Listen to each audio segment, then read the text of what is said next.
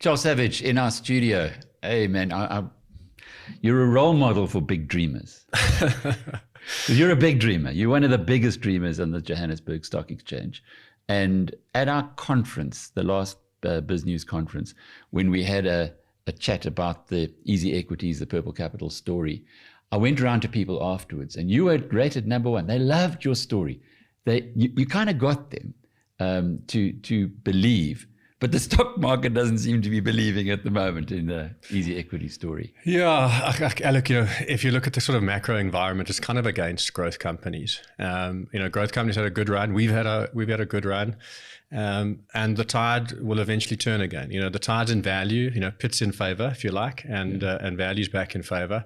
But growth will come back as a theme, and when it does, we'll be growing faster and doing more things in more regions. So it's a good time to kind of, make sure that the ship is 100% secure, bed everything down, work on your strategy and your team and competencies, and ignore the share price for a while. But for a dreamer like you, for a charismatic CEO, and I mean, you got them at Purple. You've got yourself, you've got Mark Barnes, you've got Bonang Mogale, who really pretty charismatic individuals who you don't want to mess around with mundane stuff. You want to shoot the lights out. I mean, tell us again what your goal, what your vision is for Easy. Yeah, look, no one's abandoning any dreams here. The stock market might not believe in dreams. I wanted to know if it's frustrating for you at the moment. It is frustrating. I mean, I think, it's kind of, your share price is kind of a confidence indicator. And so if you like, people are less confident in our ability to execute on our dreams today than they were 12 months ago. But we don't take it personally. Like, we are committed completely to the democratization of investing, not just here, but in other regions. And our runway for growth is so much bigger than it was 12 months ago. If you look at the results, and let's just talk about some of the numbers in them, we increased customers by 50% in 1 year. So we've got 50% more customers than we did 12 months ago. 250,000. Yeah. I mean, that's how many Ellis Parks. Yeah, exactly. And how many stockbrokers is that? Where we compete, stockbroking, the biggest stockbroker outside of us purportedly is Standard Bank, and they've got about 50 or 70,000 customers. So it's 3 extra Standard Banks, if you like, that are now in 1 year. In 1 year. So great progress on customer numbers, which is our one metric. The other one that we did really well is we bought 4 companies in 12 months. We bought Easy Properties, we bought Easy Crypto, we bought Rise, and we bought a little ETF issuer called Cloud Atlas. Again, for a small team to execute 4 transactions, it doesn't matter how small or big they are, it takes a lot of work and effort, and we did all 4. And that means that all of our ambitions are now aligned, and we own 100% of the income statements, which are going to improve our economics going forward. So that was a big tick in the box. We launched 2 new partnerships just after year end. We launched Discovery just I think a week or 2 after our financial year end. And then yesterday we launched Telkom. Both of those, we laid down all of those partnerships in the previous financial year. So again, big tick in the box. We've now got runway to 500,000 Discovery customers, banking customers, and 15 million Telkom customers. So more avenues for us to grow in the year ahead. And then I think the area where we let ourselves down is that we wanted to launch 2 new products in the year, and that was Easy Credit, which is securitized lending, and Easy Life, a life insurance product built for investors. And, either we were too ambitious or we just didn't execute with enough focus. But we'll catch up and we'll launch those products before the half-year results are out. And if I'm scorecarding us, that's the only negative on our scorecard. Everything else was positive. We've put a lot of investment from our income statement into future growth, which we're getting penalized for. So, it would seem investors would rather we harvest our income statement and pay them dividends and, don't invest in growth. But I think they're being short-sighted. If you think about what we did with a little income statement 8 years ago, which produced 20 million rand of income, and we've produced a 2.5 billion rand company 8 years later, we've taken another 30 to 40 million rand out of our income statement and invested in our next phase of growth. And we think it'll yield 3 to 4 billion rand in value over the next period, 3, 5, or 8 years. So our income statement's suffering a little bit from investment, but we think it's the right time and the right place to be investing. And it's certainly the right time for us to be growing our ambitions around new products and new regions. So I think it was a really good year.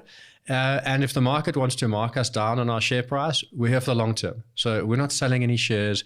We're staying the course, and our dreams are bigger than they were 12 months ago.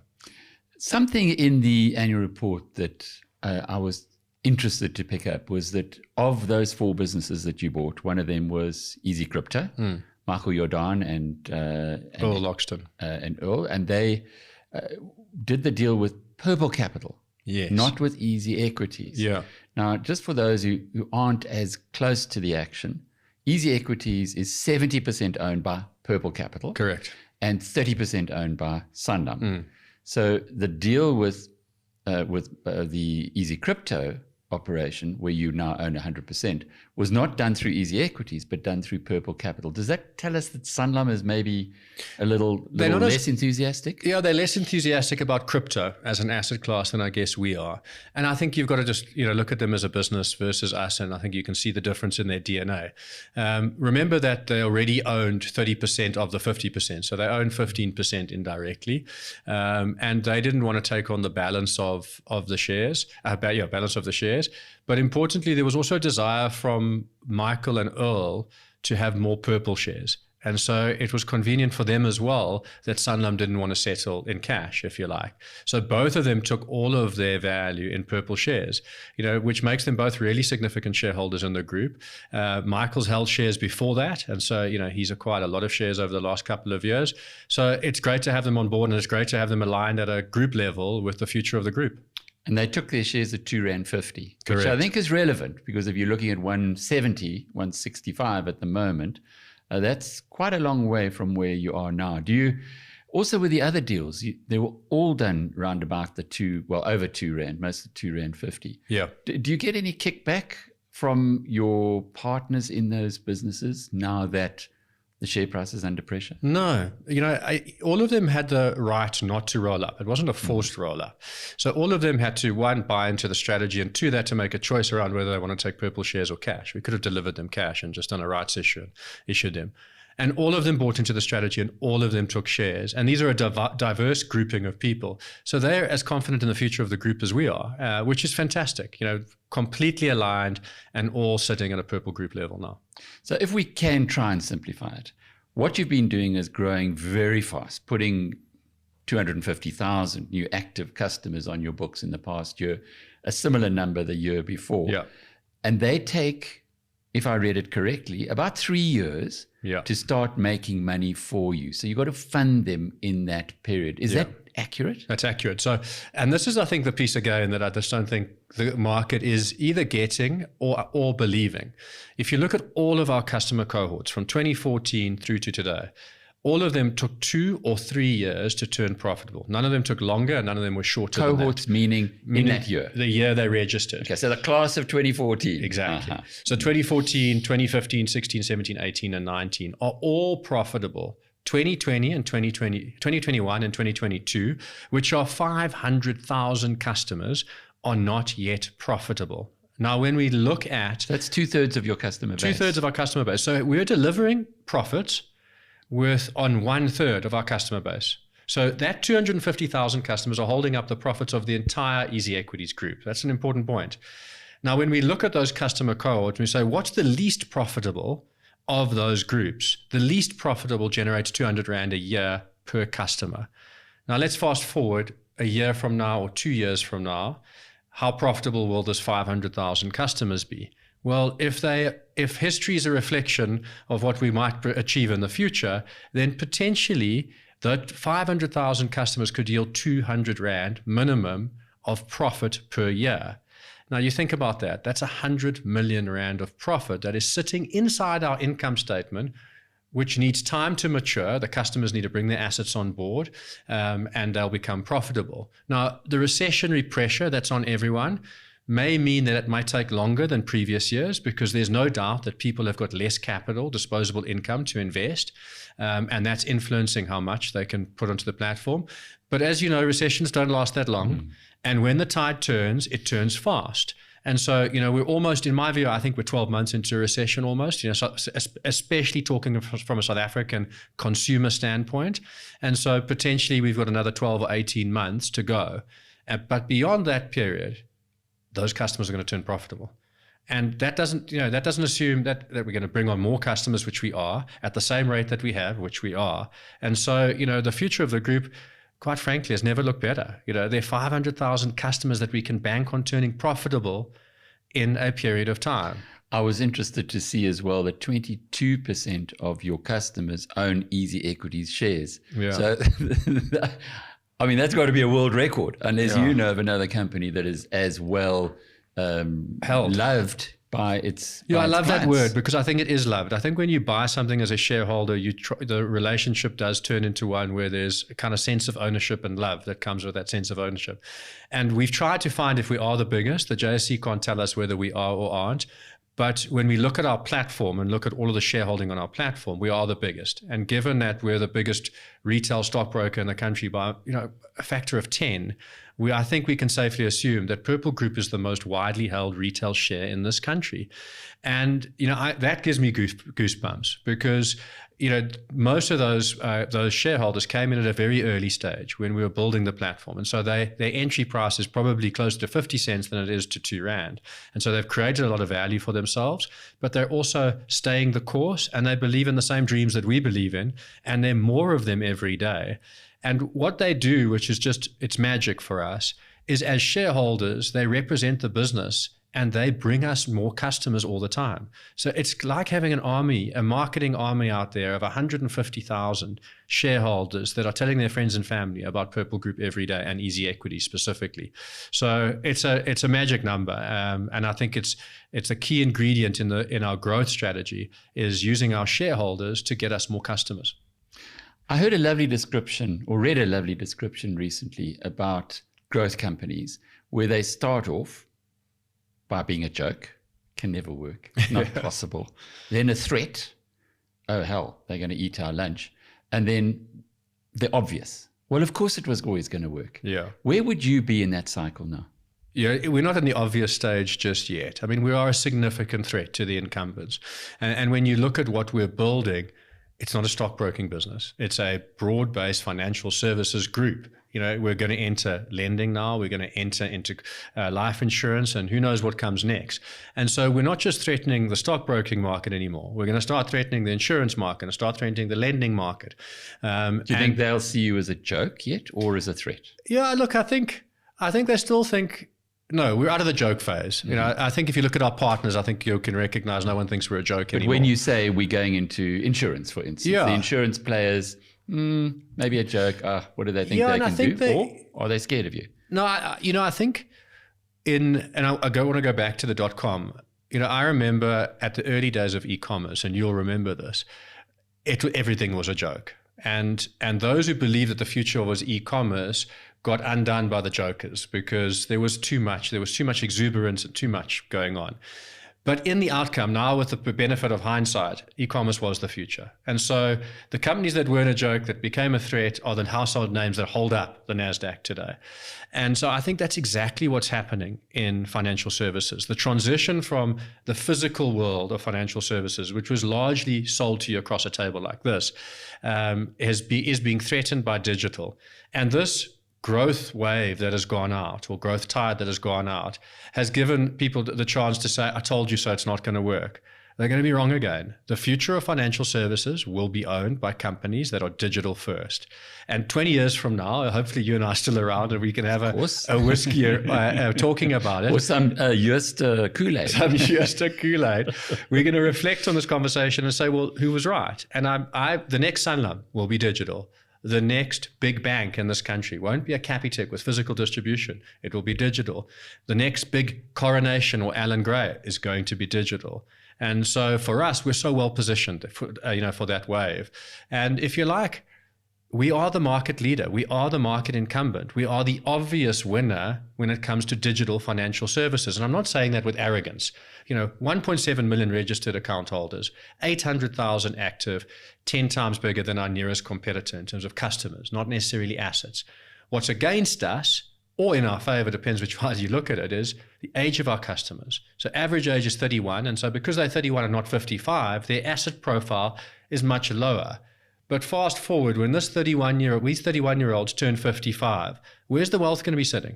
as long as we retain them. And so we've got to invest in ensuring that our products get better, and that we retain our customers, and that we keep creating these wow experiences. And the magic and the dreams will happen. So financial services companies in South Africa are partnering with you. Is this not a bit of a Trojan horse, given what you've just outlined now? No, because I think they believe in I know they believe in the same things that we do.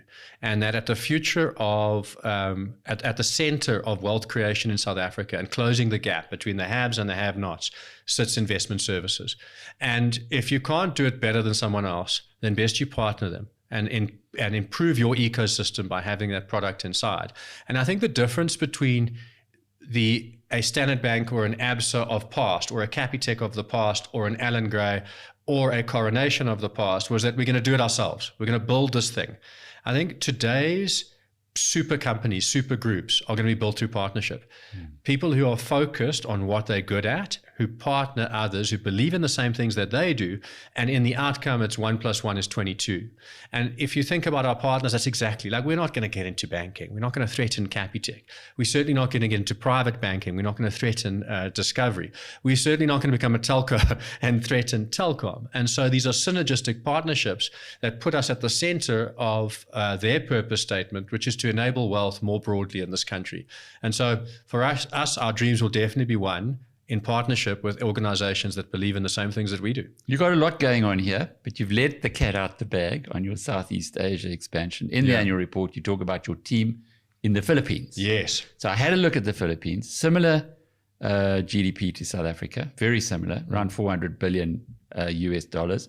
But South Africa's only got half the population of the Philippines, which means double the GDP per capita. All that means is that if you took everyone in South Africa and you split the size of the economy, we are twice as rich as they are. Yes.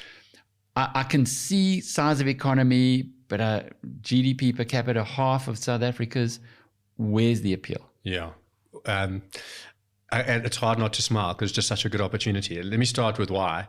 Firstly, 65% employment rate, right? Average age of a Filipino, 27 years old. So this is a very young and emerging economy with a high employment rate. Thirdly, all educated. And so very high education system and therefore huge skills base. When you say educated to School, South African university, levels? way beyond South African levels. I mean, the average Filipino level of education is way above that of an average South African. Then you look at the ecosystem that enables what we do. The first thing you've got to do is have access to, if you like, digital banking. One of the biggest digital banking environments, what they call e-wallets in Southeast Asia, is in the Philippines. So people have got access to move money very easily through their ecosystem.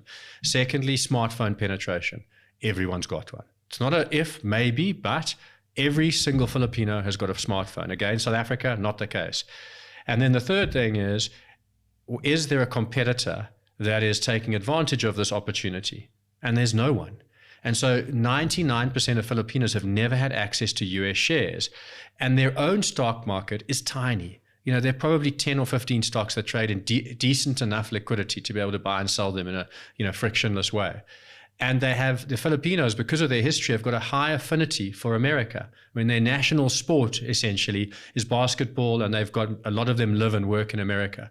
So for us, the market setup is absolutely perfect. There are no excuses for them to get invested. They're educated. They've got access to mobile money. They have a smartphone, and there's no competitor. So for us, it's a perfect opportunity and can't wait to launch there. We've got a team on the ground, which we noted, 15 staff. It'll be about 30 by the end of the year, who are already adding considerable value to the group and improving our business.